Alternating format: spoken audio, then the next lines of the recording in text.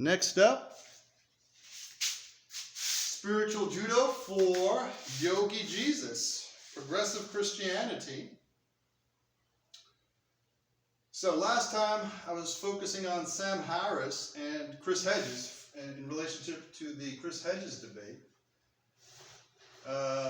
Let's see, and I was questioning some things about, or it was in terms of Chris Hedges, Sam Harris, to start with him, right? And so, all right, he had that 3-point position against defenders of religion,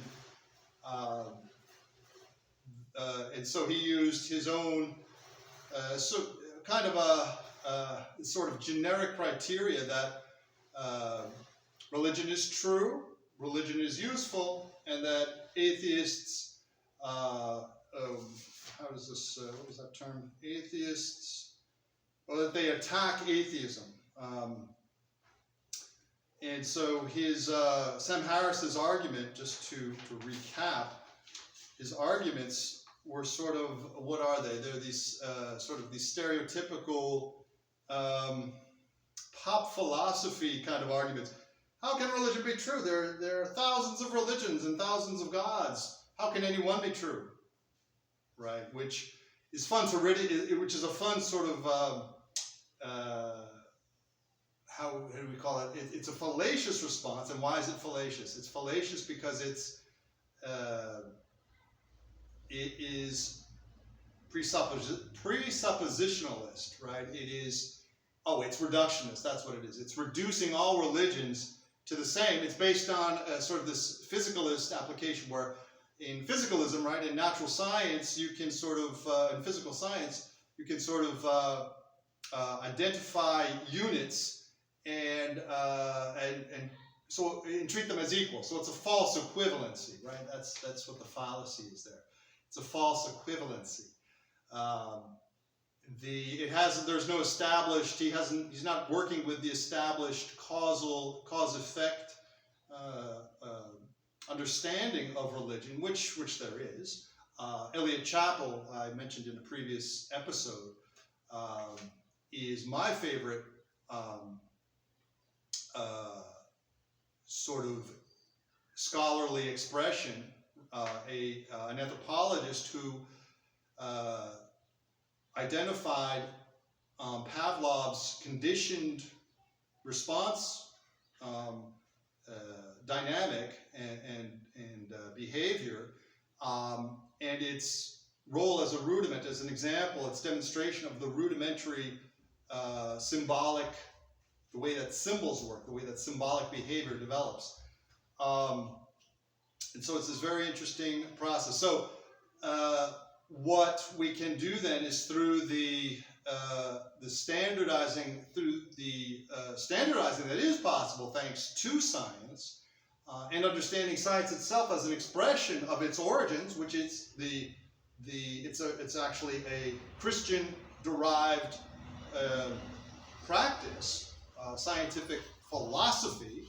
It's philosophizing. It's not simply the fallacy and the mystique that science is somehow the absolute truth that it creates, that it has tested and observed.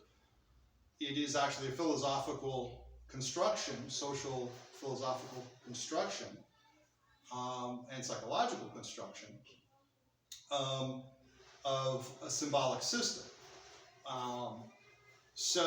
And it is an expression of its assumptions that go back to especially the Christians who changed monastic schools into universities and university-based scholarship, university-based philosophical scholarship,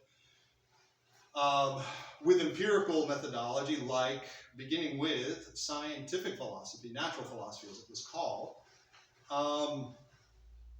with Thomas Aquinas then having established, taking Aristotle as the philosopher, as he was called, the ancient Greek philosopher, and addressing his metaphysical assumption that the primary God metaphysical understanding is that first cause is not ultimately a physical reality. Aristotle treated it as a basically I think esoteric is kind of a good word for it, an esoteric intellectual God, co-eternal with the universe, right? So he's considered co-eternal with the universe, and that then works in conjunction with Aristotle's other assumptions, including that aristocrats shouldn't work with their hands, and that slavery was justified. So, and what we see then with Thomas of Aquinas is already the shift that occurs in evaluating the first cause, the metaphysical assumption of things, based on the Jesus's legacy and the assumption of Jesus's heritage in the Bible, in the Old Testament, and the God as a creator who also then has been in contact with people in their prophetic, spiritual, religious experience, like Moses with the burning bush, and so on. And the Exodus, not to just sort of mention that interesting and significant event.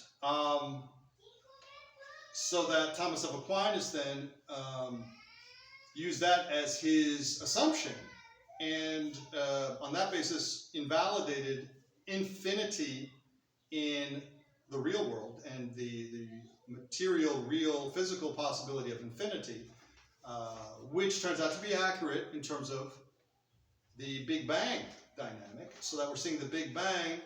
But the initial relationship then was established with a logical creator operating at a different level than the physical reality, and that is a justification of the lawfulness. And that dynamic then is also justified in terms of the way the Big Bang has been in we're talking about extrapolated, interpolated, I think is the idea there.